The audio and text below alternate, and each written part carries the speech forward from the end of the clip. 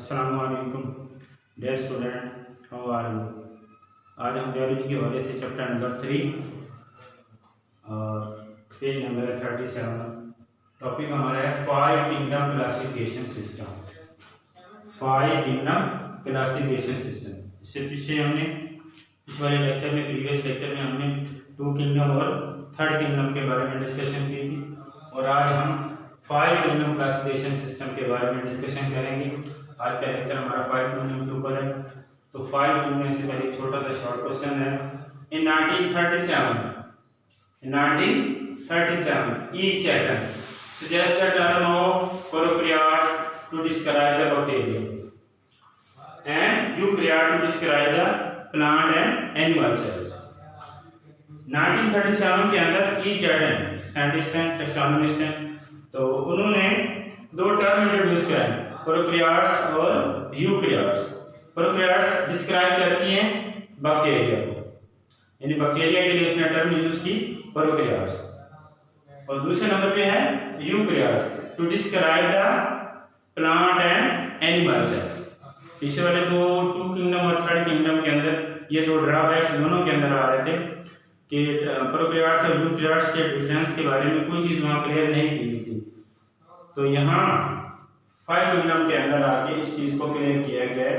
तो each atom scientist ने describe किया था, सजेशन दी थी prokaryotes to describe the bacteria and eukaryotes describe the plant and animal cell. अब नेक्स्ट हमारे introduce the 5 kingdom classification system. Introduce the 5 kingdom classification system. 5 kingdom classification system किसने introduce कराया? 5 kingdom classification system किसने मुतारफ कराया? First time. तो 5 kingdom classification system जो मुतारफ कराया वो एक साइंटिस्ट हैं इन 1967 रॉबर्ट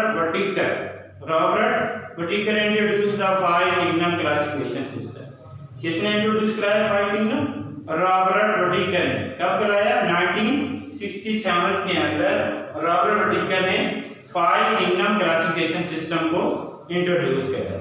ये दूसरा शॉर्ट क्वेश्चन है, who and when introduce the 5 kingdom classification system. Who and when introduce the 5 kingdom classification system. तो इन 1967 Robert Whittaker introduce the 5 kingdom classification system. अब 5 किंगडम क्लासिफिकेशन सिस्टम की बेस क्या है? किन बुनियादों के ऊपर 5 किंगडम सिस्टम को स्टैंड अप किया गया है? Base of 5 kingdom classification system, किन बुनियादों के ऊपर 5 किंगडम क्लासिफिकेशन सिस्टम के खुसूसियात की बुनियाद के ऊपर इसको बनाया गया है। नंबर 1 में level of cellular organisation. Level of cellular organisation यानी सेल की तंजीम के ऊपर इसका लेवल बनाया गया है। सेल की तंजीम के ऊपर इसके लेवल बनाए गए हैं। सेल की तंजीम के ऊपर कैसे? नंबर 1 में प्रोकैरियोट्स यानी सेल प्रोकैरियोट्स हैं, यानी इनके कुछ ऐसे लिविंग थिंग्स हैं जिनके सेल के अंदर प्रोमिनेंट न्यूक्लियस नहीं होता, वाज़ेह न्यूक्लियस नहीं होता, इसलिए उसको प्रोकैरियोट्स बोलते हैं। Prokaryotic organism, prokaryotic cell. Prokaryotic cell वो होते हैं जिनके सेल के अंदर वाज़ेह न्यूक्लियस मौजूद नहीं होता। तो number 1 prokaryotic. Number 2 unicellular eukaryotic. Number 2 unicellular eukaryotic. और दूसरे नंबर पे यूनिसेलुलर यानी जानदार जो है, लिविंग थिंग जो है एक सेल के ऊपर मुश्तमिल है और वो यूकैरियोटिक यानी उसके सेल के अंदर वाज़ेह न्यूक्लियस मौजूद है, prominent nucleus is present in eukaryotic cell. तो दूसरे नंबर पे कौन से हैं? लेवल ऑफ ऑर्गेनाइजेशन के अंदर यूनिसेलुलर यूकैरियोटिक। और नंबर 3rd में है मल्टीसेलुलर यूकैरियोटिक, यानी वो लिविंग थिंग जो मल्टीसेलुलर है, एक सेल से ज्यादा सेल के ऊपर मुश्तमिल होती हैं, यानी उनका बॉडी स्ट्रक्चर जो है एक सेल से ज्यादा सेल्स के ऊपर मुश्तमिल होता है और वो यूकैरियोटिक होते हैं, यानी उनके सेल्स के अंदर भी वाज़ेह न्यूक्लियस मौजूद होता है। तो ये पहला बेस है लेवल ऑफ सेलुलर ऑर्गेनाइजेशन, यानी लिविंग थिंग्स की सेलुलर बेस के ऊपर उसकी वो दर्जाबंदी की गई है। तो नंबर 1 में है prokaryotic cell, number 2 unicellular number third multicellular eukaryotic. अब दूसरा बेस है, दूसरी बुनियाद है जिसके ऊपर 5 किंगडम सिस्टम बनाया गया है। तो नंबर क्या है, principal mode of nutrition. Principal mode of nutrition यानी खुराक हासिल करने का असूल क्या है, यानी लिविंग थिंग्स खुराक कैसे हासिल करती हैं, अपनी बॉडी के अंदर खुराक कैसे लेके जाती हैं। तो फर्स्ट ऑफ ऑल है नंबर 1 है फोटोसिंथेसिस। फोटोसिंथेसिस यानी वो लिविंग थिंग जो फोटोसिंथेसिस करते हैं, यानी अपनी खुराक खुद बनाते हैं, अपनी खुराक खुद बनाते हैं। फोटोसिंथेसिस का एक प्रोसेस है जिसमें वो इसमें ग्रीन प्लांट आ जाते हैं, जितने भी ग्रीन प्लांट आ जाते हैं वो सारे फोटोसिंथेसिस करते हैं, यानी जमीन से पानी और नमकियात लेते हैं, फजा से कार्बन डाइऑक्साइड लेते हैं और सूर्य से सनलाइट लेते हैं, और पौधों के अंदर ग्रीन पिगमेंट होता है, ग्रीन प्लांट क्लोरोफिल होता है, उसकी मौजूदगी में वो अपनी खुराक खुद बनाते हैं। इस प्रोसेस को बोलते हैं फोटोसिंथेसिस यानी ऑटोट्रॉफ, जिसको हमने पिछले 2 किंगडम में पढ़ा था ऑटोट्रॉफ। तो ये ऑटोट्रॉफ होते हैं। नंबर 2 एब्जॉर्प्शन, खुराक को एब्जॉर्ब करके अपने जिस्म के अंदर लेके जाना। ग्रीन प्लांट तो फोटोसिंथेसिस करते हैं, जितने भी पौधे फोटोसिंथेसिस करते हैं, और एब्जॉर्प्शन खुराक को जज़ब करके अपनी बॉडी के अंदर लेके जाना। तो थर्ड किंगडम के अंदर हमने पढ़ा था the fungi are special heterotroph. So fungi are special heterotroph, they absorb food, वो खुराक को एब्जॉर्ब करके अपनी बॉडी में अंदर लेके जाते हैं। तो इसमें जितने भी फंजाई हैं वो सारे एब्जॉर्प्शन करते हैं, खुराक को जज़ब करके अपनी बॉडी के अंदर लेके जाते हैं। और नंबर 3 में है इंजेक्शन। इंजेक्शन खुराक को इंजेक्ट करना, खुराक को अपनी बॉडी के अंदर लेके जाना, निगलना, खुराक को निगलना। जितने भी एनिमल हैं, इसमें इंसान भी है, जितने भी एनिमल हैं वो सारे खुराक को इंजेक्शन करते हैं, खुराक को निगलते हैं, अपनी खास बॉडी के जरिए अपने मुंह के अंदर लेके जाते हैं, इसको बोलते हैं इंजेक्शन। तो दूसरा बेस है principal mode of nutrition, photosynthesis, absorption and injection. इन 2 बेस के ऊपर और जो organism are divided into 5 kingdom.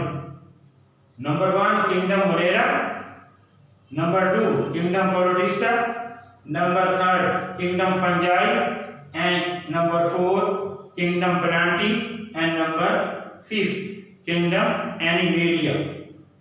In 2 base के ऊपर सेलुलर लेवल ऑफ ऑर्गेनाइजेशन और प्रिंसिपल मोड ऑफ न्यूट्रिशन की बेस के ऊपर ऑल दी ऑर्गेनिज्म, तमाम लिविंग थिंग्स को 5 किंगडम के अंदर तकसीम किया है। कौन कौन से हैं? Number 1 kingdom Monera, kingdom protista, kingdom fungi, kingdom Plantae और किंगडम एनिमेलिया। तो ये 5 किंगडम बनाए गए हैं। तो इस 5 किंगडम के अंदर थोड़ी सी मॉडिफिकेशन की गई है, और कब की गई है?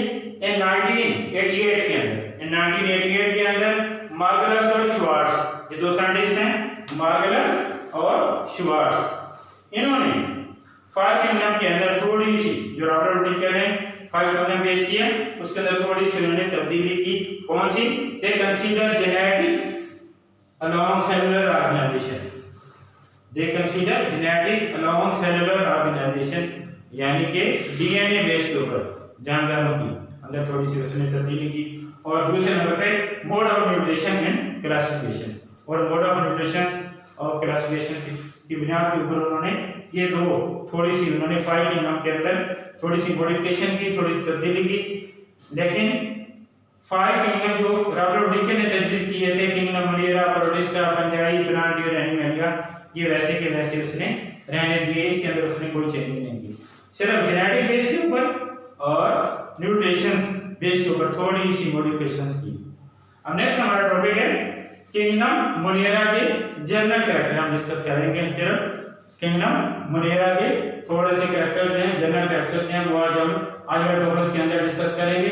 General characteristic of kingdom Monera, general characteristic of kingdom Monera, kingdom Monera. तो ये पहला किंगडम है। तो इट इंक्लूड प्रोकैरियोटिक ऑर्गेनिज्म। इस किंगडम के अंदर कौन कौन से जानदार रखे गए हैं, कौन कौन सी लिविंग थिंग्स रखी गई हैं जो प्रोकैरियोटिक्स हैं, यानी उनके सेल के अंदर वाज़ेह न्यूक्लियस मौजूद नहीं होता। वो लिविंग थिंग्स जिनके सेल के अंदर वाज़ेह न्यूक्लियस मौजूद नहीं होता, वो किंगडम मुनेरा के अंदर रखे गए हैं। They are made of prokaryotic cell, ये प्रोकैरियोटिक सेल्स के बने होते हैं। जितने भी लिविंग थिंग्स इस ग्रुप के अंदर किंगडम मुनेरा के अंदर रखे गए हैं वो प्रोकैरियोटिक सेल्स पर मुश्तमिल होते हैं। Number 2, monerans are unicellular.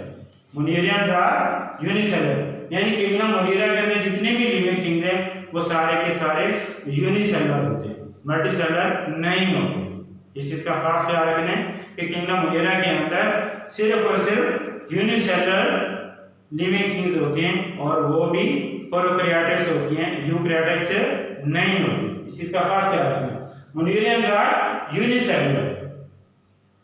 Also some type of chain, cluster and colonies of cell. लेकिन इसमें कुछ टाइप हैं, उनका रहने का जो तरीका है वो बता रहे हैं।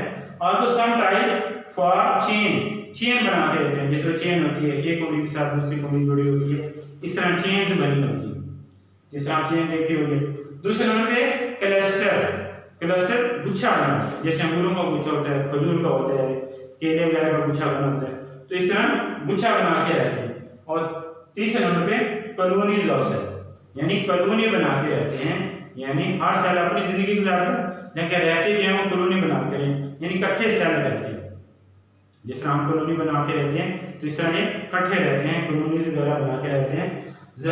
यूनिसेलुलर होते हैं, monerans are unicellular, but some type for chain, cluster or colonies of cells. Next, prokaryotic cells are radically different from eukaryotic cell. Eukaryotic cell से प्रोकैरियोटिक सेल हैं मुकम्मल तौर पे डिफरेंट होते हैं, बहुत ज्यादा उनके अंदर फर्क होता है। Most are heterotrophic. अब इनका खुराक ये तो है, लेवल ऑफ ऑर्गेनाइजेशन, रहने का तरीका। अब बता रहे हैं मोड ऑफ न्यूट्रिशन क्या है इसका, किंगडम मुनेरा का मोड ऑफ न्यूट्रिशन, जो हमने पीछे बेस पढ़ी 5 किंगडम की, उसके अंदर अब बता रहे हैं कि मोस्ट आर हेटेरोट्रोफिक, यानी इनका खुराक खाने का जो तरीका है वो क्या होते हैं, हेटेरोट्रोफिक होते हैं, यानी अपनी खुराक को नहीं बनाते, दूसरों के ऊपर डिपेंड करते हैं, दूसरों के ऊपर इंतजार करते हैं, अपनी खुराक को नहीं बना सकते, दूसरों से खुराक हासिल करते हैं। But some type perform photosynthesis, लेकिन इसमें कुछ टाइप जो है वो फोटोसिंथेसिस करते हैं, यानी ऑटोट्रॉफ होते हैं, यानी अपनी खुराक खुद बनाते हैं, जो हमने बेस पढ़ी है फोटोसिंथेसिस। तो इसमें कुछ टाइप जो हैं वो ज्यादातर इसमें क्या है, हेटेरोट्रॉफ है, अपनी खुराक खुद नहीं बनाते, लेकिन इसमें कुछ टाइप ऐसी हैं जो अपनी खुराक खुद बनाते हैं। और खुद अपनी खुराक कैसे बनाते हैं कि इनकी बॉडी के अंदर, इनके सेल्स के अंदर क्लोरोफिल होता है, जो पौधों के अंदर पाया जाता है, सबज पिगमेंट, ग्रीन पिगमेंट पाया जाता है, वही ग्रीन पिगमेंट जिसको हम क्लोरोफिल बोलते हैं, वो कुछ टाइप के अंदर वो क्लोरोफिल पाया जाता है, जिसकी मौजूदगी में वो फोटोसिंथेसिस करते हैं, अपनी खुराक खुद बनाते हैं। तो इसकी एग्जांपल में है, किंगडम मुनेरा की एग्जांपल में है बैक्टीरिया और साइनोबैक्टीरिया। बैक्टीरिया और साइनोबैक्टीरिया।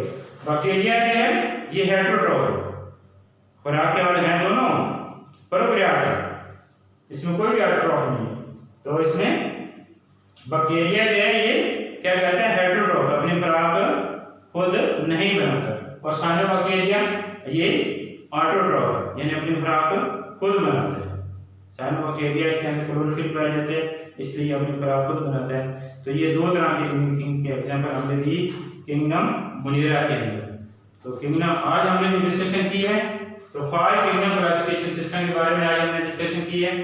तो एक शॉर्ट क्वेश्चन था कि प्रोकैरियोट्स और यूकैरियोट्स के टर्म किसने इंट्रोड्यूस कराई, ईच एटम ने इंट्रोड्यूस कराई। उसके बाद introduce of 5 kingdom classification system किसने इंट्रोड्यूस किया, तो रॉबर्ट व्हिटेकर ने 5 किंगडम इंट्रोड्यूस कराया। तो इसकी बेस 5 किंगडम की बेस के ऊपर 5 किंगडम को बनाया गया। तो फर्स्ट ऑफ ऑल है लेवल ऑफ सेलुलर ऑर्गेनाइजेशन, और दूसरे नंबर पे प्रिंसिपल मोड ऑफ न्यूट्रिशन। और आज टॉपिक्स के अंदर हमने जनरल किंगडम मुनेरा के डिस्कस किया। Thank you for watching.